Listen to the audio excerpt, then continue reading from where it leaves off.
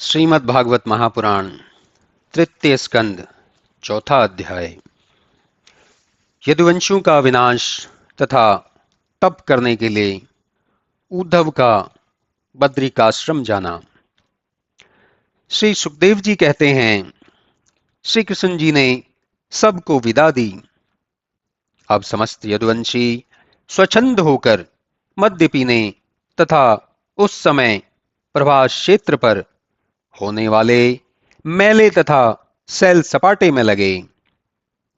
फिर तो जैसे आपस में टकराकर बांस नाश हो जाते हैं, वैसे ही वे शराबी नष्ट हो गए।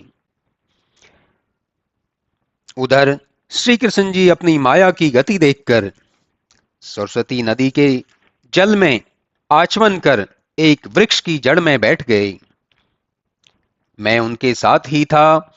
तब अपने इस प्रकार के आतताई वंशजों का हरण करने की इच्छा रखने वाले श्री कृष्ण जी ने मुझसे कहा, हे उद्धव, अब तुम भी बद्रिकाश्रम को चले जाओ।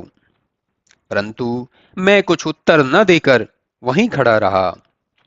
आहा, भगवान के उस समय का रूप कितना सौम्य और मन को मोहित एवं आह्लादित करने वाला था। वह दिव्य दर्शन मेरे हृदय पट से कभी दूर नहीं हो सकता। इस प्रकार श्री कृष्ण जी ने मुझसे जो ही कहा था कि अकस्मात ही वहां मैत्र जी आ पहुंचे। तब मैंने बड़ी शीघ्रता पूर्वक कहा, हे भगवान, भला मैं आपको इस प्रकार त्याग कर बद्रीवन कैसे जा सकता हूं? मुझे और क्या आज्ञा देते हैं?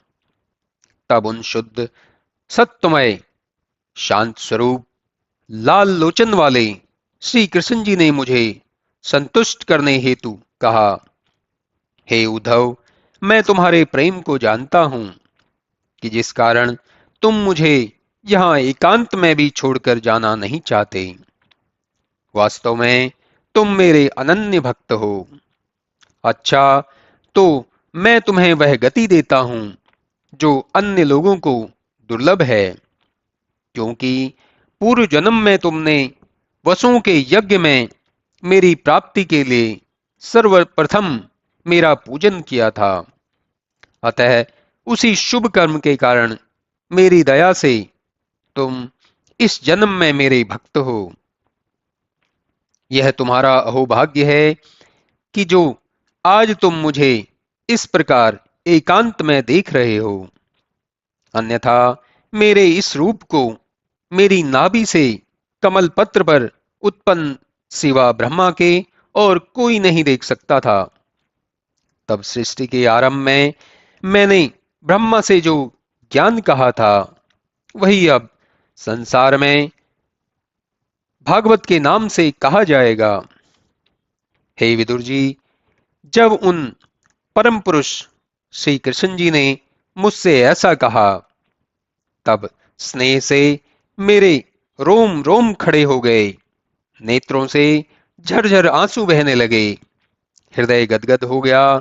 तब मैंने हाथों को जोड़कर उन भगवान से यह कहा, हे ईश्वर, आपके जो भक्त आपके चरण कमलों में ध्यान लगाए रहते हैं, उन्हें इस संसार से अर्थ, धर्म, काम और मोक्ष, इन चारों पदार्थों में कोई भी पदार्थ दुर्लभ नहीं है। अर्थात उन्हें सब पदार्थ में कोई भी पदार्थ दुर्लभ नहीं होता। उन्हें सभी पदार्थ सरलता से प्राप्त हो जाते हैं। परंतु हे नारायण, मैं सांसारिक कोई भी पदार्थ नहीं मांगता। मुझे तो आपके चरणों की सेवा ही अभिष्ट है। तथापि मेरी एक प्रार्थना है, उसे स्वीकार कीजिए।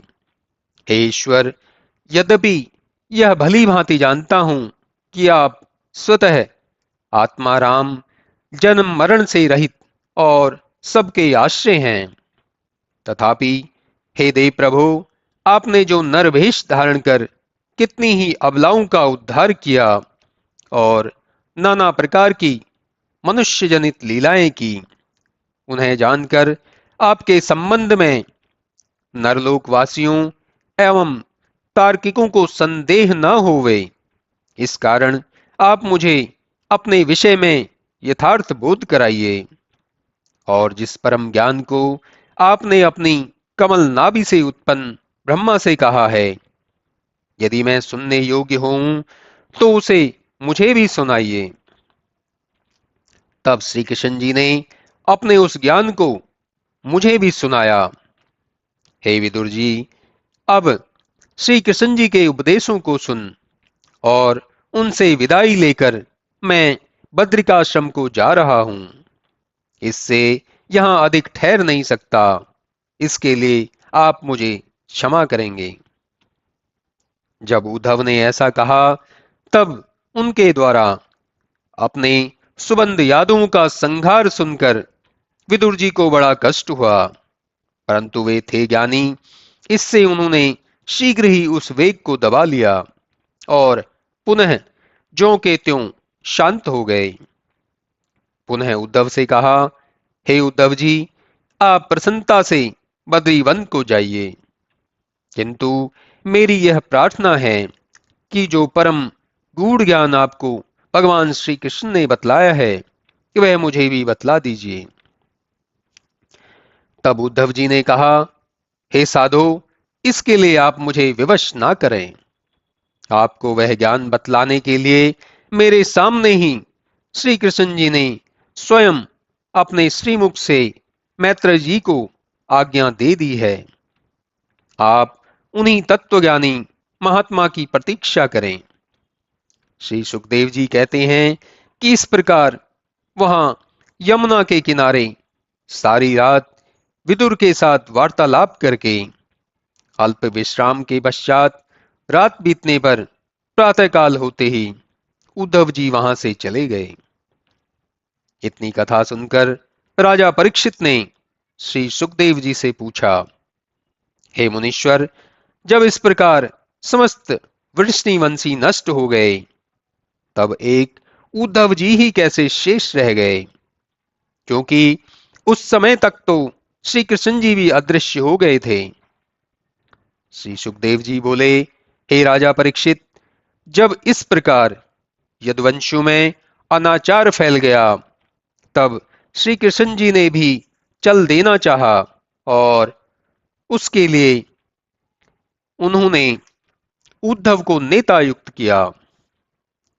क्योंकि उद्धव जी उस समय के आत्मज्ञानियों में सयाने, योग्य और श्रेष्ठ थे।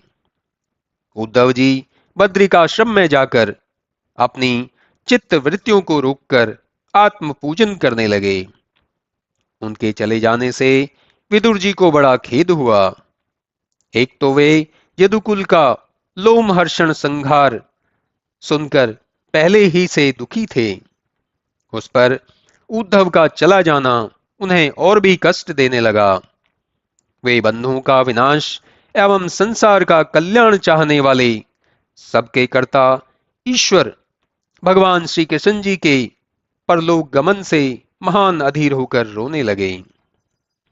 वहीं पर गंगा के किनारे मैत्र जी का आश्रम था।